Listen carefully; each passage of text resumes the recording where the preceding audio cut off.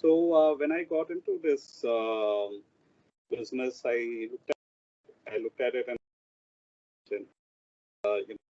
everyone was jumping into building a prototype quickly. And initially even I kind of explored it. But then I realized that unless you build a prototype that is ready for manufacturing, it's of no use. Today there are lots of companies that have prototypes, but they're not able to move to the next stage because designing a prototype and designing a prototype for manufacturing is quite different. So then when we look at it from a manufacturing perspective, we realize that, there is a lot of inefficiencies in automobile manufacturing, in legacy automobile manufacturing. Of course, the industry is 100 years old, and so it's evolved quite a lot. But over the years, it has also built up a lot of flab. So this concept of one large factory started off when almost all components were made within the factory.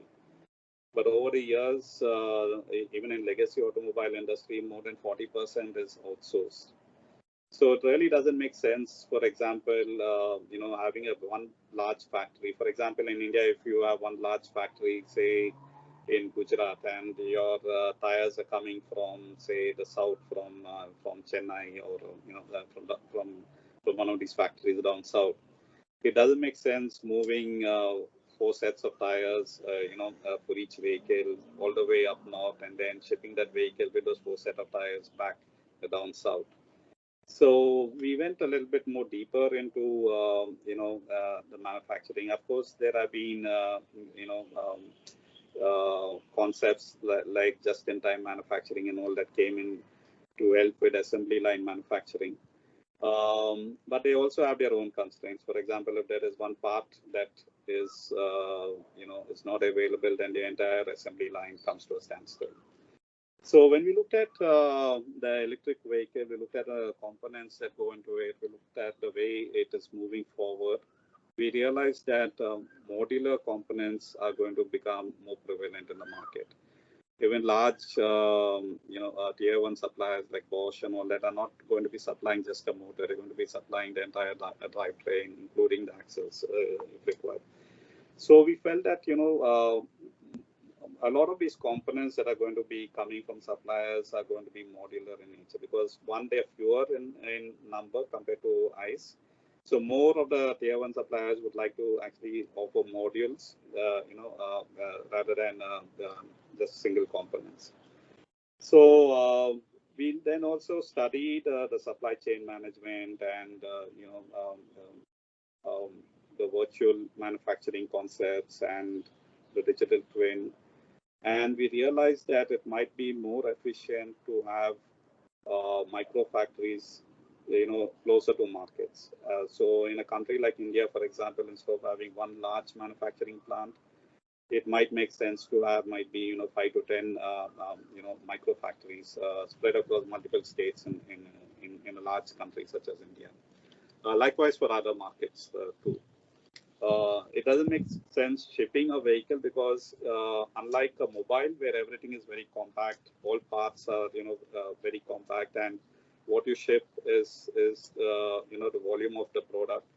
Whereas in a car, if you have to build up a car and a vehicle and ship it, there is a lot of volume that is which is just air. So it's not very efficient. So we looked at many more aspects, and then we realized that instead of assembly line, a platform-based approach to manufacturing might be more profitable, because most of the core components today are available from multiple suppliers, and right from the beginning, we kind of decided that we're not going to get into our own battery manufacturing or our own motor manufacturing. We realized that there is a lot of expertise and there is a lot of suppliers out there in the market who would be more efficient, because the volumes that they would be catering to is much larger than the volumes that we would as a single manufacturer, a single brand manufacturer. So we are also then realized that the vehicle has to be designed differently. So in a way, for example, if you look at furniture, IKEA has designed furniture completely different. They kind of redefined how furniture is manufactured. They in fact removed a carpenter out of the equation. They removed a lot of process that goes into furniture manufacturing. So we are looking at trying to do something similar in the automobile industry. So we're kind of redefining how the vehicle is designed, engineered, and manufactured. It's challenging. It's a lot of innovation.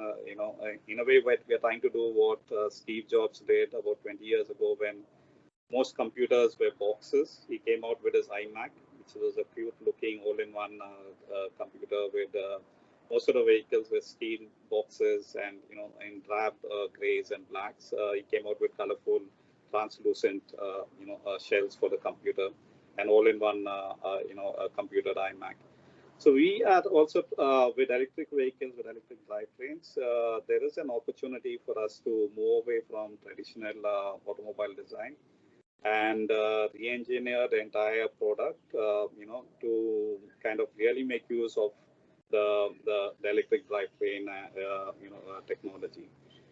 Apple, for example, designed a vehicle such that you didn't need any tools to open the computer. You could actually use your fingers and open a computer, the Apple computer. So we are trying to make it very easy to assemble, to manufacture it. It's more of assembly.